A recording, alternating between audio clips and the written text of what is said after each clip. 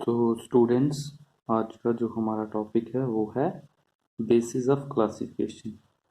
हमारा जो नया यूनिट है ये है डाइवर्सिटी इन लिविंग ऑर्गेनिजम्स। इसमें हम लिविंग ऑर्गेनिजम्स में जो डाइवर्सिटी है वो उनकी टाइप्स हैं या अलग अलग किस्में जो हैं वो हम डिस्कस करेंगे। सो हम सबसे पहले ये अगर हम देखते हैं आगे पीछे, तो हर एक ऑर्गेनिज्म जो होता है, हर एक जो लिविंग ऑर्गेनिज्म होता है वो एक दूसरे से अलग होता है। ठीक है। कोई भी जो जीव है, जो कोई भी जिंदा जानवर है या जिंदा कोई भी है, चाहे वो प्लांट है, एनिमल है, वो एक दूसरे से अलग होता है। ठीक है, कई चीज़ों में अलग होता है। हम उसमें कई कैरेक्टरिस्टिक्स देखते हैं, कई उसमें खूबियाँ देखते हैं एक दूसरे को जो अलग बनाती हैं। सो शुरू से क्या हुआ कि जो attempts at classifying living things into groups have been made since time। शुरू से ही ये हुआ है कि जो हम एनिमल्स हैं, प्लांट्स हैं, या पूरे जितने भी, जब हम लिविंग ऑर्गेनिजम्स बोलते हैं तो उसमें एनिमल्स प्लांट्स दोनों आते हैं जो जिंदा है। ठीक है। तो ये बहुत पहले का है, कि बड़ा पहले का है कि जो हम इनकी क्लासिफिकेशन के लिए एफर्ट करते रहे हैं। सो एरिस्टोटल ने भी यही किया था। एरिस्टोटल ने क्या किया था कि जो ग्रीक थिंकर है एरिस्टोटल, उसने शुरुआत में ये किया था कि जितने भी लिविंग ऑर्गेनिजम्स हैं वो कहाँ पे रहते हैं उसके बेसिस पर उनको क्लासीफाई क्लासीफाई मतलब उनको बांटा था, उनको ग्रुपिंग की थी उसकी, उनको डिवाइड किया था। ठीक है। क्योंकि जब हम ग्रुपिंग करते हैं, हम क्लासिफिकेशन करते हैं, तो उनको पढ़ना हमारे लिए आसान हो जाता है। जैसे हमने क्या किया, आज हम अगर देखते हैं तो हम इंसानों को अलग देखते हैं, हाँ, बाकी जानवरों को अलग देखते हैं। हम फिर थोड़ा जब बंदरों को देखते हैं तो उनको थोड़ा इंसानों से जोड़ कर देखते हैं। या फिर जब हम जैसे भैंस है, उसको घोड़े से, उसकी 4 टांगे होती हैं, फिर उसको, क्योंकि उसकी 4 टांगे होती हैं, उसको हम गाय के साथ जोड़ते हैं, दूध भी देती है, उसकी 4 टांगे हैं। इसी तरीके से ये कैरेक्टरिस्टिक्स हैं, जो दूध देती है उसकी टांगे हैं, जैसे हम 2 पैरों पे चलते हैं, बंदर भी 2 पैरों पे चलते हैं। तो ये हमारी खूबियाँ हैं, ये हमारे कैरेक्टरिस्टिक्स हैं जो एक दूसरे के साथ मेल खाते हैं।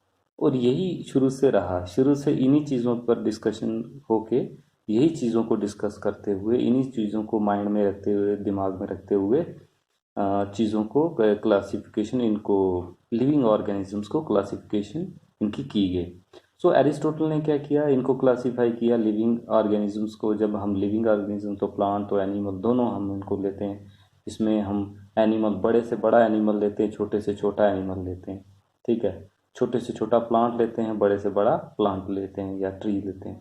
सो उसने क्या किया कि इनको क्लासिफाई किया लिविंग ऑर्गेनिजम्स को 3 में, कि जो ज़मीन पर रहते हैं, जैसे कोई भी प्लांट, ट्री, कोई भी एनिमल, कोई भी छोटा रेंगने वाला बड़ा जानवर जो भी है, और जो पानी में रहते हैं, दरिया में या सी में, समुद्र में, या फिर जो हवा में रहते हैं। जैसे हवा में कौन रहता है,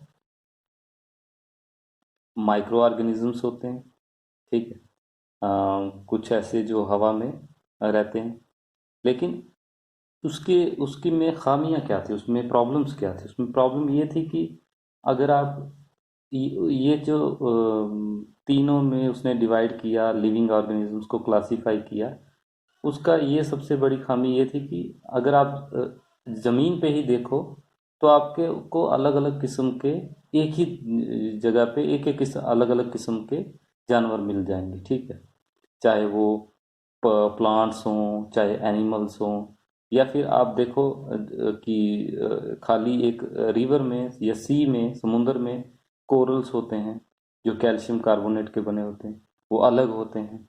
मछलियाँ आप देखो कितने किस्म की होती हैं, वेल होती है, शार्क होती है, छोटी से छोटी मछली होती है, दूसरी मछलियों को खाने वाली होती है, प्लांट को खाने वाली मछली होती है, या जो सी में अलग किस्म के प्लांट होते हैं। तो उसमें भी फर्दर आगे अलग अलग किस्म के प्लांट्स या लिविंग ऑर्गेनिजम्स होते हैं। सो खाली उनको उनको इस हैबिटेट या उनको इस बेसिस पे डिवाइड करना कि वो ज़मीन पे रहते हैं, या कहीं और पे रहते हैं, ये काफ़ी नाकाफ़ी था, ये काफ़ी नहीं था।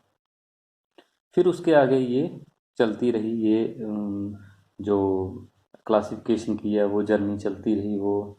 और फिर आगे जो है उसके लिए जो साइंटिस्ट हैं जो आगे थे, इसको क्लासिफिकेशन करने वाले, जो जिनका जो बायोलॉजिस्ट थे, तो उन्होंने क्या किया कि अलग और ज़्यादा कैरेक्टर बारीकी से कैरेक्टरिस्टिक्स को स्टडी करना शुरू किया। तो उन्होंने और भी ज़्यादा उस पर ध्यान देना शुरू किया। सो अब अभी के दिनों में क्या होता है, nowadays we look at many interrelated characteristics starting from the nature of the cell in order to classify all living organisms. What are some concrete examples of such characteristics used for hierarchical classification? तो अभी हम क्या करते हैं इन दिनों में, हम सबसे जो इम्पोर्टेंट है, हम बड़े सारे जो एक दूसरे के साथ रिलेट करते हैं, एक दूसरे के साथ हम उनको कंपेयर करते हैं, कैरेक्टरिस्टिक्स उनकी जो उनके कैरेक्टरिस्टिक्स होते हैं, उनकी खूबियाँ जो होती हैं। सो हम सेल को स्टडी करते हैं कि उनमें सेल किस किस्म का है, तो हमें पता चल जाता है। जैसे हम यूकैरियोटिक जो सेल है, हम प्रोकैरियोटिक यूकैरियोटिक सेल के बारे में पढ़ते हैं। प्रोकैरियोटिक सेल्स होता है जो बैक्टीरिया में होता है, एक सेल का ऑर्गेनिज्म जो होता है वो प्रोकैरियोटिक सेल उसको बोलते हैं, क्योंकि वो एक जो प्रोकैरियोटिक सेल जो होता है, प्रोकैरियोट्स जिनको बोलते हैं, वो एक ही सेल होता है और वो एक ही सेल का पूरा लिविंग ऑर्गेनिज्म होता है, सिर्फ एक सेल का।